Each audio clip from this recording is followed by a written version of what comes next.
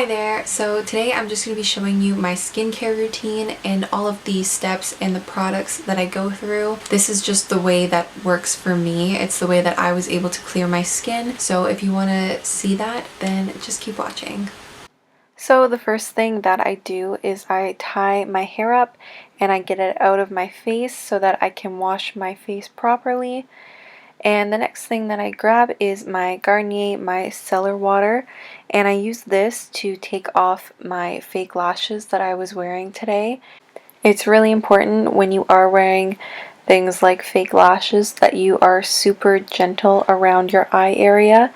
So what I do here is I get the micellar water on a Q-tip and I just run that along the lash line until it softens up the glue enough so that it just comes off really easily. And I just make sure that I do that on both sides. I'm not pulling at all. The lash will just literally fall right off of your eyelid after this because the glue has been softened up by the micellar water. You can see here that the lash just pops right off with absolutely no force. So the next thing that I'm using is this DHC Cleansing Oil, and it's an olive oil based cleansing oil. This cleansing oil was the first cleansing oil that I ever bought. I have tried others since then, but they honestly don't compare. This is my favorite one. This oil helps to break down any makeup that you're wearing, any sunscreen, or just helps to get any sebum out of your pores. This is the part of my routine where I just like to take my time. I will usually cleanse for about 30 to 60 seconds. I'm just trying to make sure that I break all of the makeup down. I was wearing quite a bit this day, so I just wanted to make sure that I had none left over. When you get to around your eye area, you just want to make sure that you're going very gently. I like to use my ring fingers and just go in circular motions, and that's how I break down all of the mascara. This cleansing oil is able to break it down completely. I don't find that there's any mascara left over on my face when I'm using this. I just like to make sure that I am thorough with my cleansing.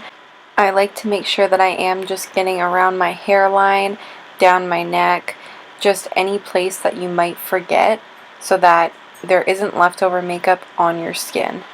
Before I rinse it off completely, I'm just emulsifying it, which means just adding water to it and rubbing it around for a couple extra seconds, and then I rinse it off. While my face is still damp, I go in with my second cleanser, which is this Cerave foaming cleanser. I rub it in my hands a little bit, and then I just cleanse like normal. Again, just making sure that I'm still being very gentle, but also being very thorough and making sure I'm cleansing my skin properly so that the next products and the next steps that I do are actually worth it, and I'm putting it on clean skin. Another cleanser that I like is the Cerave Hydrating Cleanser, and I also like the Dermalogica Special Cleansing Gel. Both of those are my favorites, so if I'm not using this one, then I usually use either one of those. And I am once again just rinsing off the cleanser to make sure that it's all off of my face. I am then drying with a soft towel. I'll use a different towel each time. This is the Fresh Rose Water Toner, and I spray that into my hands and then I apply it on my face and neck after. It is a hydrating toner, so it's not something that needs to be applied with a cotton pad. I like using my hands instead. The next thing I do is I apply a serum. I usually use one of those three. Sometimes I do use two of the serums, but I never use all three. I think that's a little bit unnecessary. This Sentinela Serum by CosRX is very hydrating and just cooling. It also helps with any irritation. This next serum is by Cerave, and it's just their Hyaluronic Serum, and I just found that I needed both in this day because my skin was just a little bit dehydrated and I just felt like I needed a little bit extra hydration and moisture on my skin. The next thing that I am using is this Cerave Moisturizing Cream. and it's a pretty thick cream, which I like because it is still winter in Canada, and I feel like my skin needs the extra moisture. I like to apply a pretty thick layer and just make sure it's all over my face and my neck. Don't forget moisturizing products on your neck. You really do need it. The next thing that I am doing is I wait 20 minutes before I apply this, but this is my retinol cream. It is my Tretinoin, and I just use a pea-size amount all over my face. This is something that I don't put on my neck. I only put it on my forehead and my cheeks and my chin. I even tend to avoid my nose with this because it can just be a little bit too drying and irritating if I put it on the thin skin around those areas.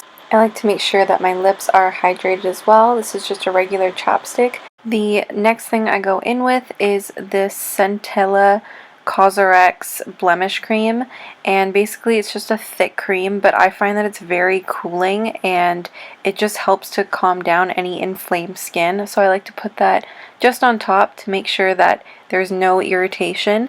The only thing that I dislike about this cream is that it doesn't rub in all the way, so you do have a bit of white left on your face, which is why I just only use this at night. But you can see right here that this is what my skin looks like just before I go to bed. Just has that little bit of white left on it. Thank you so much for watching my video today. I hope you were able to take something from this. If you want to hear more about my skincare journey and my experience with different prescription retinols, then you can watch my last video and I went in a little bit more into depth. Thank you so much for watching.